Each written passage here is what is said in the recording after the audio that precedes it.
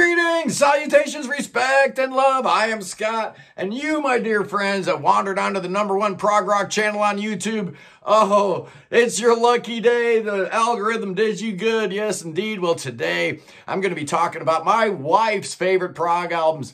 Yes, she is not a natural progger. She was born in '83. Her mom knew more about prog than she did. She actually seen Yes a couple times, so my wife kind of knew who they were. But anyway, we met back in 2006 on MySpace. I had just gotten out of jail. Your boy did 18 months. I was locked up, so fresh out of jail, we met, and we bonded almost instantly over two things. Kurt Vonnegut and Guided by Voices. So I knew real early on that this was my soulmate, absolutely. Yeah, so we were talking for a while, and eventually she decided there was no way she was moving to Florida. So your boy moved to Ohio in '09, and the rest, as they say, is history.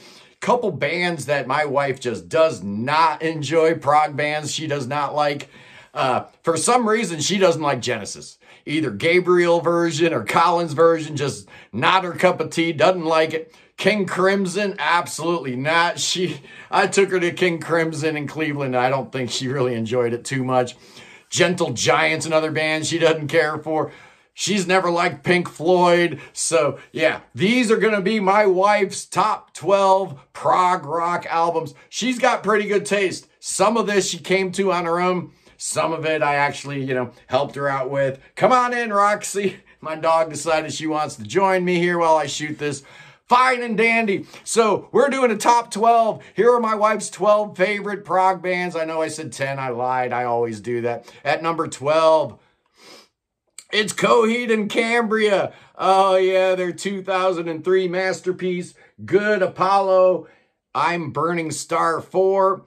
Dynamite record. I need this on vinyl, but my wife's got the CD. Fantastic stuff. Oddly enough, she doesn't really care for Rush, but she really liked Coheed and Cambria, so that's a little bit weird. The rest of these I've got vinyl. So at number 11, I took her to see, I think the last concert we saw was Styx, and the songs they played off of this album, Renegade and Blue Collar Man, she actually likes this a lot. Very accessible prog. It's Pieces of Eight, 1978, Styx 8th album. Just dynamite stuff and really accessible stuff. It's not capital P prog. There's a lot of pop in here, and a lot of these songs got radio play. So, I guess that's why she doesn't mind it too much. But that's at number 11. At number 10... I'm going with Queen Jazz. Well, I'm not going with it. This is my wife's picks. She likes the poppier side of Queen, and this album's got great hits on it. Fat Bottom Girls, Bicycle Race. You know what's all on here. It's a good album. Actually, an underrated album. I like it a lot, and my wife likes it, so Jazz comes in at number 10. At number 9... oh, yeah, we were riding around one day, and we're at a red light, and I got this album playing, Locanda della Fate, and it was the exact moment in time my wife realized that she really likes the Italian prog, man. She's rolling her window down. She's turning the volume level up. She wants everybody around to hear this weird Italian prog, and yeah, that was just such a great source of pride for me that day when she's cranking up the volume. She wanted everyone to know we were listening to some weird prog being sung in a foreign language. It was awesome, like a badge of honor. She kind of getting it, right?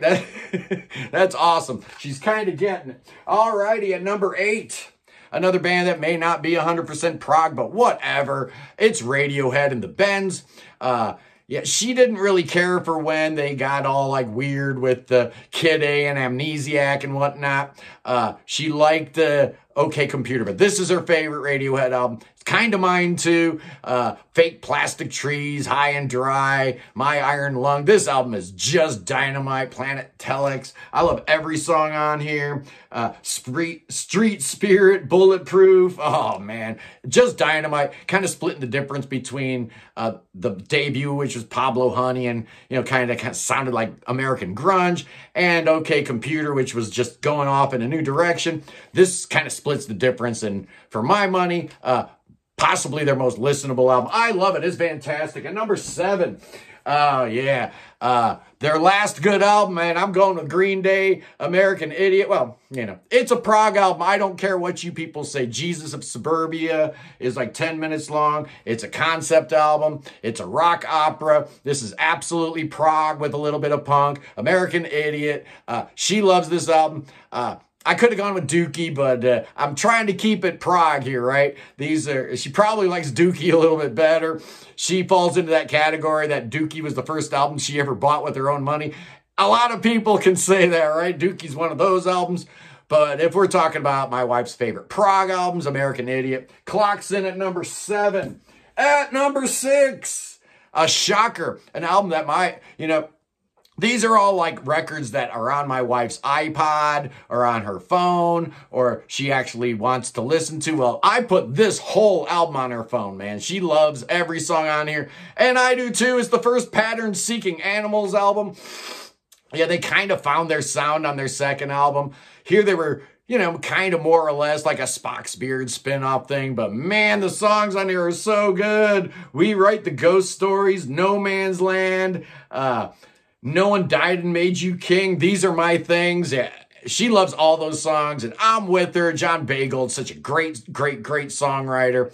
I don't think he topped the debut either. I think my wife is dead right. I love this album. Love Pattern Seeking Animals. Now we're doing number 5. Oh, yeah. And I'm going with Muse. The Second Law. I'm not going with number 5. This is my wife's list. Particularly because of Madness. She absolutely loves that song. She likes Muse's other records too, but we had a coworker that was like obsessed with The Uprising and listened to it like nonstop. Is like the only thing she ever listened to, so kind of put a bad taste in my wife's mouth about that record. So Second Law is her favorite. It's a good record. I really do like it, but I personally think they have better records, but that's all right. At least she's listening to good stuff. At number 4, yeah, I've taken my wife to see this band like 5 times, so she doesn't have a choice. She had to learn to like them, and her favorite album from Yes is the Yes album, and it makes sense, right? It's their most accessible record of the prog records, right? It's the one that's got songs you can actually sing along to. There's no sidelong epic on here.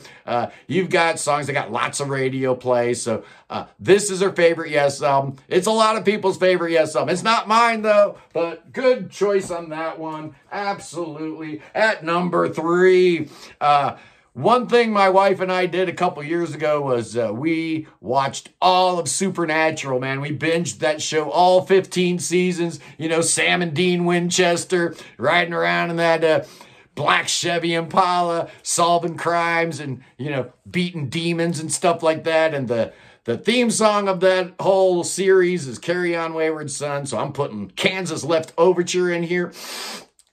My wife and I saw Kansas not too long ago in Dayton, and she had a good time. She really liked it.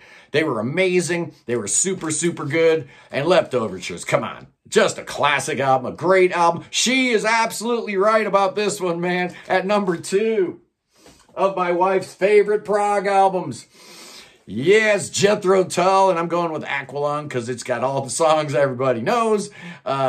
And when we saw Jethro Tull in concert, yeah, Ian's voice was shot, but it was still a fantastic show. Of course, they closed out with Locomotive Breath like they always do. But this whole album is just incredible. It's perfect. It's not completely prog. They'd wait one more album before that, but there's plenty of proggy goodness on Aqualung, so just get over it. And at number 1, my wife's favorite prog rock album.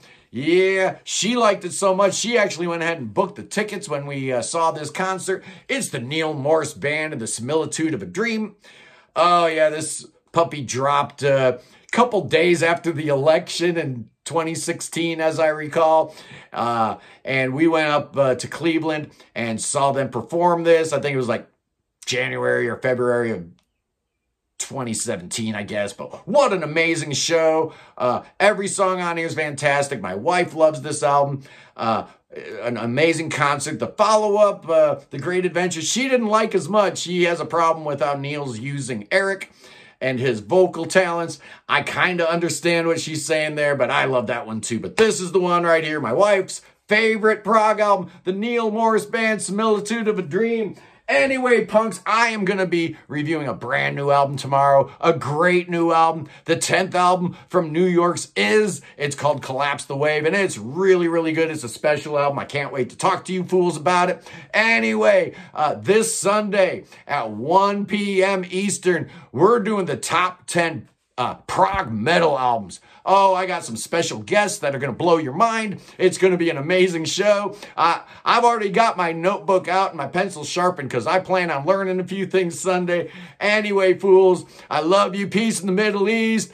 Free Tibet and God save the king. Save King Chucky. Oh, yeah. Chucky needs some saving right now. That boy's got the cancer, so bring that boy to America. Bring him over here. He can swim. Make him swim over here, and then we'll lay hands on that boy. Oh, yeah. We're going to lay hands, and then we're going to do spells and incantations. We're going to drink some poison. That's not going to do us in. Oh, no, sorry, Bob. But maybe the snakes will do us in. No, they're not. Oh, yeah, we're dancing with snakes, and they're not going to get us because I got the Spirit of the Lord in me. Absolutely. Oh, yeah. I'll see you bugs tomorrow. Peace.